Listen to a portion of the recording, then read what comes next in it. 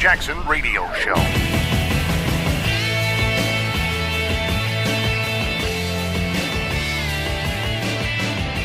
Welcome back, everybody. Kevin Jackson here. You want to know why Donald Trump there's no way he can fail. It's like the stock market. I told you guys the other day. There's no way it can have its adjustments, but it's going to keep creeping up. It'll adjust, but it'll creeping up during the time of Donald Trump. The reason is he's got sane policy behind him. You look at things and you say, oh, this can't possibly go right for Donald Trump in this particular way for this reason, whatever. It will go right. I'll give you an example. Donald Trump's battle against terror. If you think that there's not people plotting to kill us in America right now, you'd be wrong. If you think that we're going to assimilate Muslims into our culture and it's going to go okay, you'd be wrong. I will give you story after story about things like this. I could do it every single day of the week, every day. And then gather them up on the weekends and have some left over. Then go on vacation. I could have them just so ready, at the ready. Every day. You get an affront to your very logical way of life and your way of understanding of American culture. And then you'll get people that come over here like Piers Morgan. I don't understand why they want so many guns. They want so many guns. What's with the guns? Or you get Trevor Noah. Oh, Donald Trump, he's a racist. I have proof he's a racist because I know what a racist is. And he's been here off 2 years from Australia. But he knows. He knows more than you about that's not what being American is about. We understood American to be such and such. That's not what we believe America is about. Because you don't know. You know how you know what being American is about? When you grow up with it, baby. When you're taught it. When it's ingrained in you. Being American is so much in my DNA. It's as much as me being black. It's the truth. I don't even know how to not be American. You send me to another country, I'd be dead within a week. They'd be like, we got to kill this guy. He's a dissident. What they call him in that movie? I forget the name of the movie. Divergent. He's divergent. Thank you. Yeah.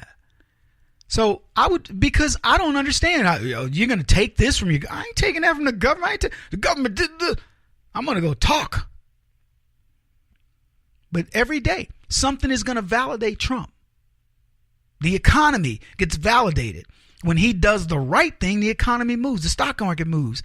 Everything moves. The engine, it's like saying he added grease to the engine and the thing started running smoother. What?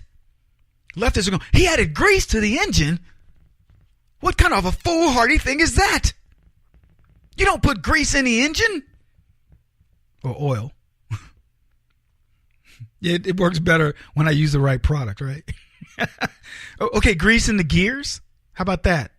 Since you want to be so smart over there, since you guys think you know it all, this is my show. This is my show.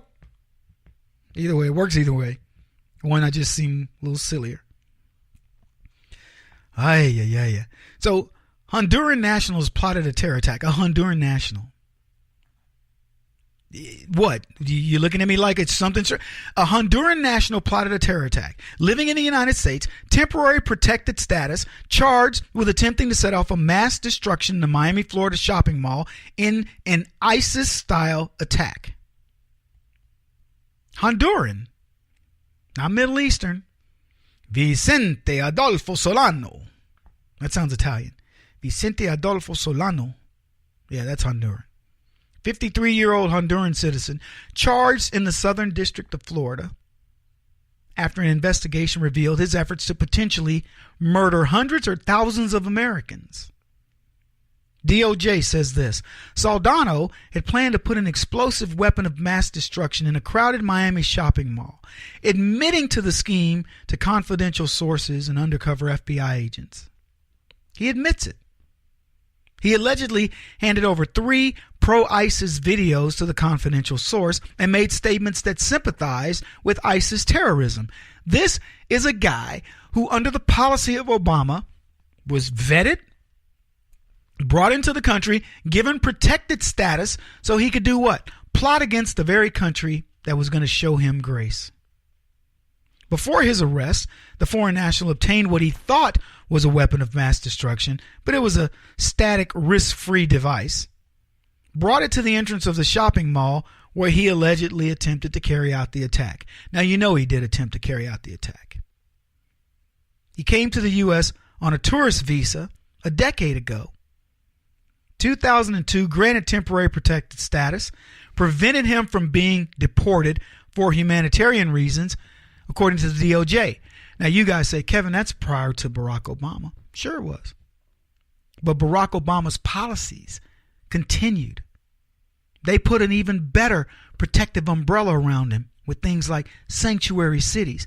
He could do no wrong. This guy was free to move about the country and plot this stuff. And let me tell you something. If he had done this during the time of Obama, they would slap his wrist.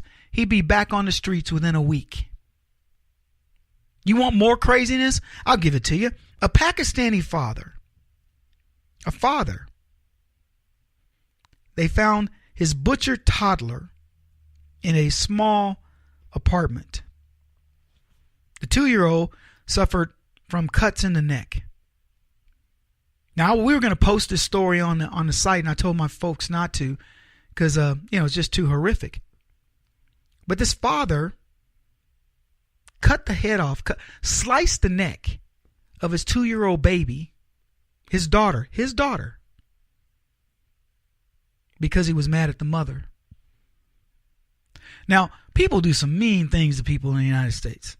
Leftists. Beat women, shoot women. They do mean stuff. I've seen them misuse babies. I saw the story about a lady who put her kids in an oven. I mean, it's horrible. These Pakistanis fit right in with that culture. But let me tell you what we think, we conservatives. We look at that behavior as abhorrent. I would love to get that guy in a room and just do some ground and pound on him. Same with this black lady that put her babies in an oven. I'd love to get, oh, Kevin, we don't hit women. That's a woman I'd hit. The media said, the cops saw this child when they went into the apartment and they broke down crying. The mother was in shock and she's in a hospital. But this is the culture of people. Islamic Pakistani man who said, I'll get back at my wife who doesn't want to follow the Quran and be all submissive to me and whatever. I'll kill our daughter. We got people like that right in our midst. Germany's dealing with it. Everybody's dealing with it. And the left want us to think we're crazy. Because we have a culture that respects children, respects wife, respects women. I said children because I was thinking of children and women. Respects children. I'm going to come up with my own language for this show one day. But I'm not trying to make light of it. But we do. We respect women and children and our elders and people like this. And this culture doesn't. A culture of crybabies. And when we come back, I'm going to tell you what these crybabies have planned coming up on election night.